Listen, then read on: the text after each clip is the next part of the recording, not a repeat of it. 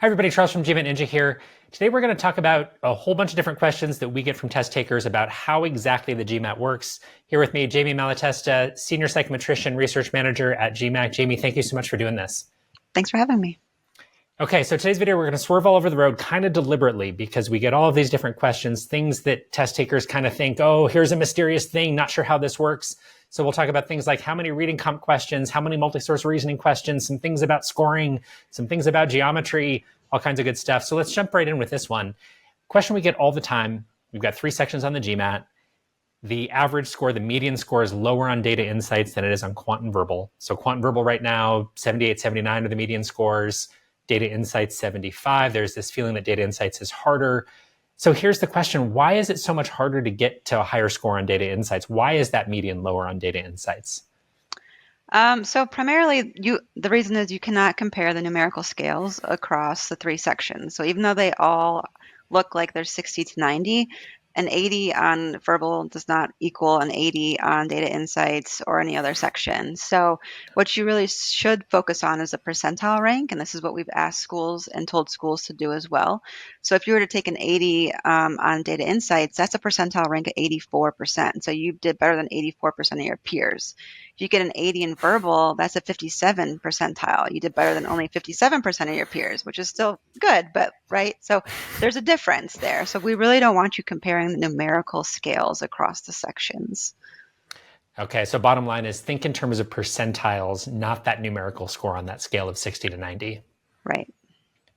Awesome. Okay, next question we get all the time. Why is the GMAT so time pressured? We get complaints in particular about data insights, again, that feels more time pressured to at least a certain subset of test takers. So why isn't there unlimited time to complete all the sections? Why is there this limit that for some test takers feels like a really tough thing? Yeah, so there are some practical constraints when we design any exam, right? So we have, testing time, seat time that we have to schedule with our test centers. We have that did not drive this timing, which I'll get into in a minute, but we also have considerations for candidates and test takers, right? They expect a certain time that they need to devote to take an exam or go sit for an exam, right? So like we can't have it be open-ended for that reason either. But when we were designing the GMAT, we actually looked at average response times for all of our questions and for each content area.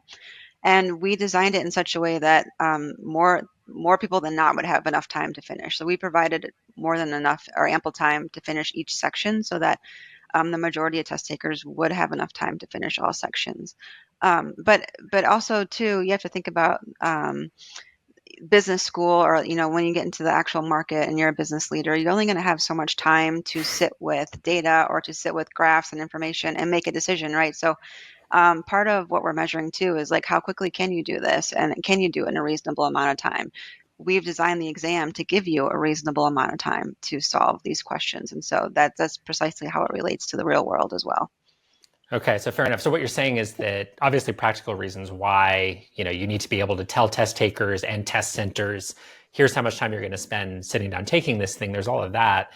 But the essence is that it sounds like you're not out to create a test that's extremely time pressured. And for most test takers, yeah, it feels limited. Everyone wants more time, but it sounds like the idea is it's not meant to be extremely time pressured. And it's maybe a very, very small subset of test takers that might feel that it's debilitatingly time pressured. Is that fair? Yeah, that's fair. Yep. Perfect.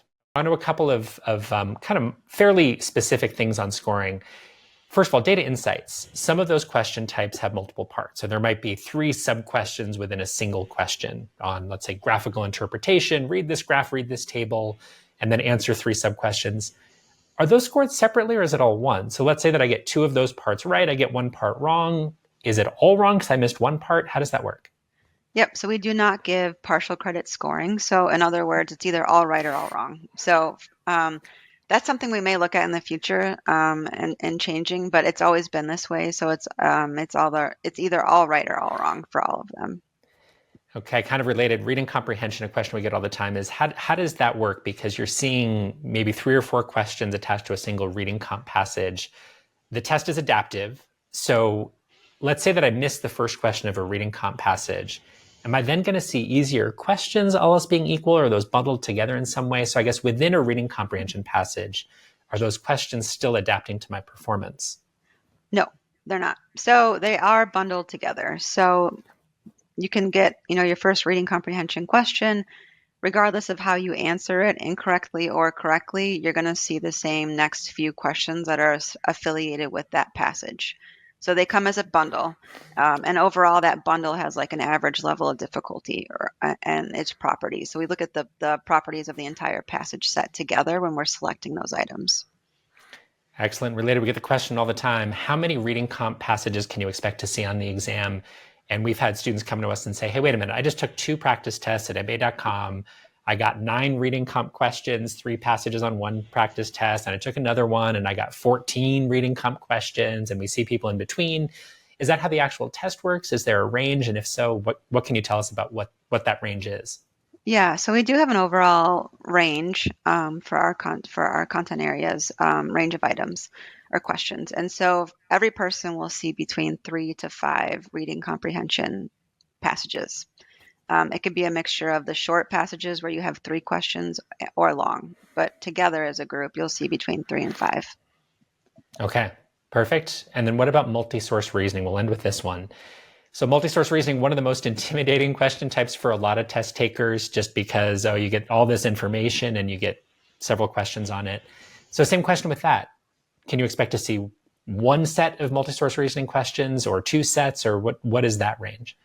So our range is 1 to 3 sets. And part of the reason for the range is we do have some research questions, right, that we have mixed in. There's some other competing factors as well. But we do make sure that the overall accuracy of the section and of your score is unchanged, regardless of how small fluctuations you might see in these different composition of items.